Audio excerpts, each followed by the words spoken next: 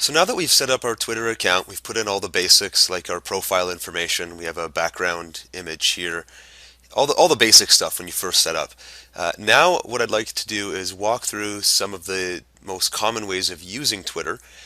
Twitter has a number of different interfaces. I'm gonna show you three of the most popular ones, and then you can do your own research as well to see if one of these three works for you, if a combination of these three works, or if you want to try something different. And the first one is just going to twitter.com and clicking home to come here to your home profile. This is the web client, and you can do all your tweeting here if you want. Basically, you've got a timeline of everybody that you follow. Their tweets will start showing up here. Now, we're not following anyone yet, so we're not going to see any information. But over time, you're going to be following hundreds and maybe even thousands of people, depending on how active you are. So this timeline will fill up very quickly. And the web client can actually be a little bit difficult to keep track of everything that's going on.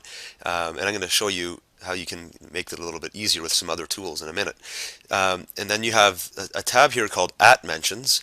@ is when somebody speaks to you publicly on Twitter. So if somebody says, @funny video guru, I like your Twitter account and I like some of the things you've been tweeting about, let's connect. You know, that I can see that person, everybody else can see that person talking to me, and it's a public conversation per se. Then there's a retweet tab. Anytime somebody retweets one of your messages, or if you retweet somebody else's, and retweets are basically just repeats. People are repeating what you said and telling everyone else how cool or funny or interesting it was. And so this tab lets you organize what's been retweeted by you or by others. There's also a tab here for searches. Twitter has a whole search section, which I'll be covering later, where you can search for different things. And Twitter is basically like a massive news feed happening online 24/7 all the time. And you can search for things. You can find people in real time who are talking about Krispy Kreme donuts or whatever. And then you can go and actually engage with those people. So if there's a search you run fairly frequently, you can save it here. And then lists is another nice feature of Twitter. You can create lists like local Twitter people or funny people or fellow bloggers if you're a blogger. And people that are on Twitter who happen to fall into that particular category or list, you can add them to your list. And what I like to do actually is create lists and then do searches on my lists, because I'm following on some of my accounts thousands of people, but I only stay in touch with certain people, so I just put those people on my list, and then I can really keep a close eye on the people in that list. So that's how the web client works, and you can add a tweet. Let's add another tweet here for fun, just kinda messing around with Twitter and learning stuff. Hope to meet you soon. We'll tweet that out, and that goes into your timeline. So you'll see your own tweets in your timeline, but you'll see everybody else that you're following as well. I have one follower. Somebody must have found me, but they'll see that, but they'll also see however many other people that are following as well. So that's the web client, and then there's two other clients that kind of give you a broader view of Twitter. So I'm going to open two tabs here. The first one is called TweetDeck. So if you go to tweetdeck.com, TweetDeck is actually a client that you need to download and install on your computer. So if I zoom in here, you'll see that there's a desktop client, there's an iPhone and an iPad client, as well as some other clients for depending on the platform you're using. I happen to be doing this demo from a Mac laptop, but plenty of people use this on Windows and other platforms as well. It's really up to you. But the key thing is you need to pick which one is appropriate for you. I'm going to suggest, if you're watching this from a laptop, that you grab a desktop client and use it. But I will caution you and say that TweetDeck is a little bit resource intensive. And what I mean is that if your computer is a little bit older and doesn't necessarily have a lot of RAM or speed to it, TweetDeck might really slow your computer down. So you want to keep that in mind. So I'm not going to demonstrate how to download it, but let's say you want to grab the desktop client. All you do is come to desktop and you click download now. It's free, and then there's a whole process of installing. I'm going to assume you can download and install a piece of software. If I were to demo it for you now for my Mac, it wouldn't necessarily translate to Windows users. So I'll leave it at that. Go ahead and install your desktop client for Twitter or any other client that you want to use as well, and we'll come back. So here we are in TweetDeck, and once I installed TweetDeck, it actually asked me to configure my user ID and all of that. So you can see that this is my profile here. I'm already showing up in TweetDeck. I'm going to just quickly revisit what I did to get my information into TweetDeck, because you'll have to do this.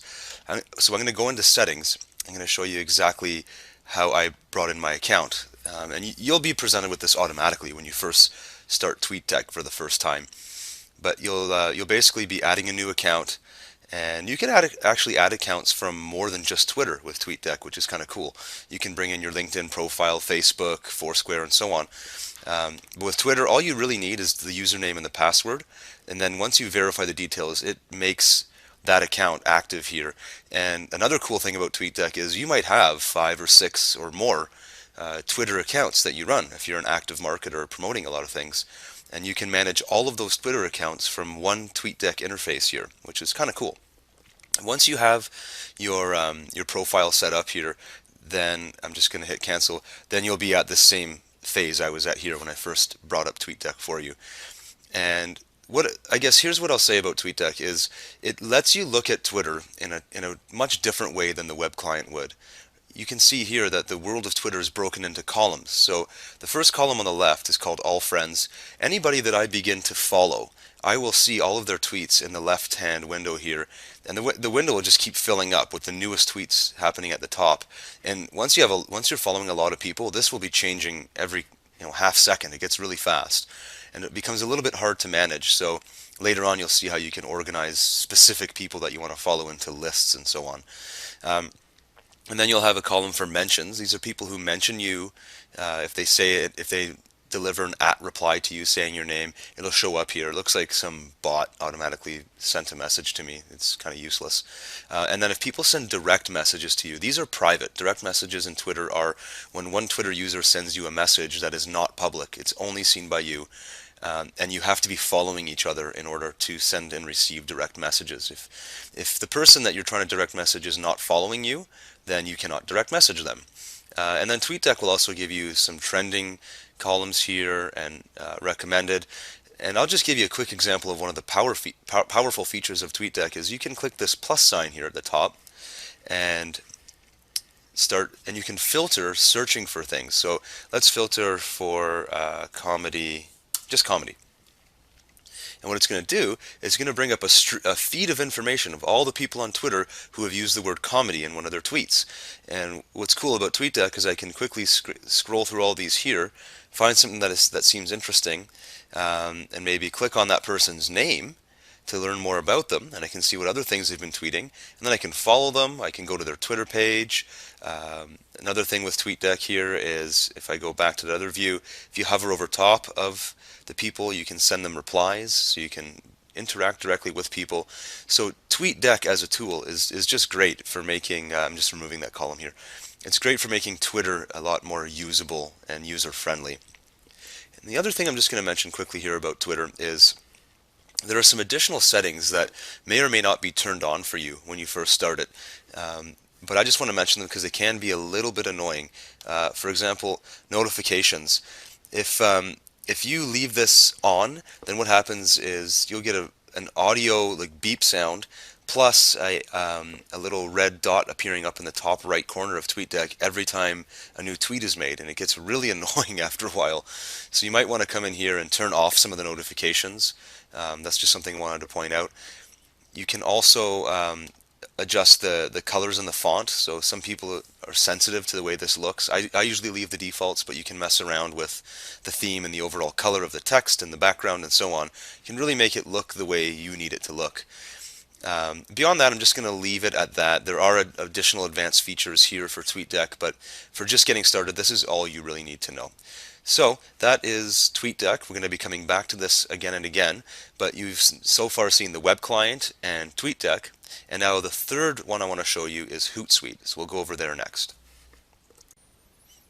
And the third client I want to show you is Hootsuite, and all you have to do is go to hootsuite.com.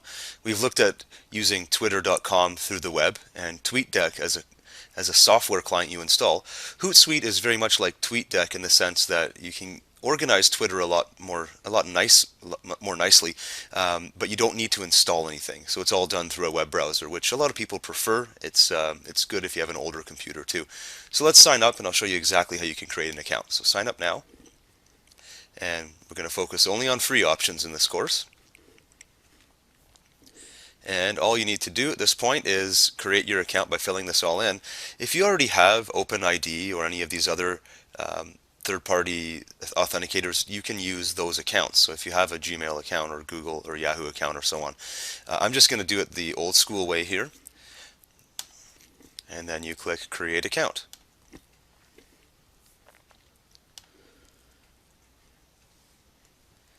So that's about all it takes to sign up with Hootsuite. And then it gives you a pretty nice interface here. All you really have to do is follow the steps. So first thing you want to do is obviously add a social network. So we're going to start there at the top, click Add Social Network, and we're going to focus obviously on Twitter. So it gives you some options here. Automatically create a new tab for this profile and follow Hootsuite on Twitter for updates. I like to leave those things, so we're just going to click the connect button.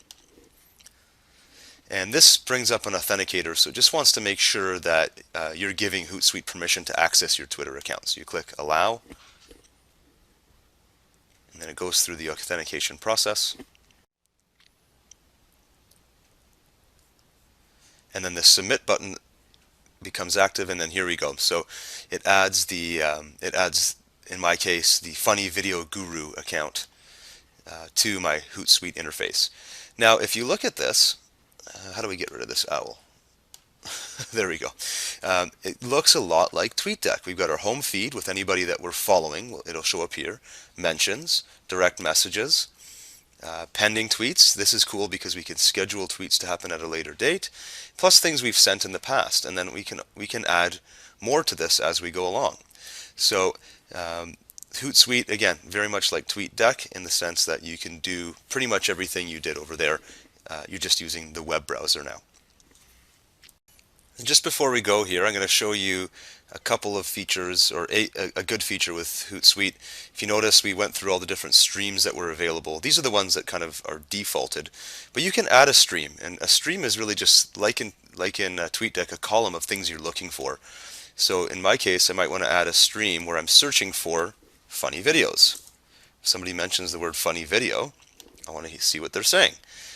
And I'll give you a little sneak peek at how you can follow people here as well. So you can see this guy, this first person is retweeting. RT stands for retweet at some original person where they're talking about they saw some kind of funny thing. So you can see this guy is retweeting a dumb funny video. So for fun's sake, let's just see who he is. It's a guy. We can look at his profile, and the easiest thing to do is click follow. And now we're following this person, and we should start seeing his updates in our original feed way over on the left. And that's really it. That's all there is to it with Hootsuite. We're going to get into a lot more of the Twitter features as we go along, but now you've seen all three of the most popular and recommended clients.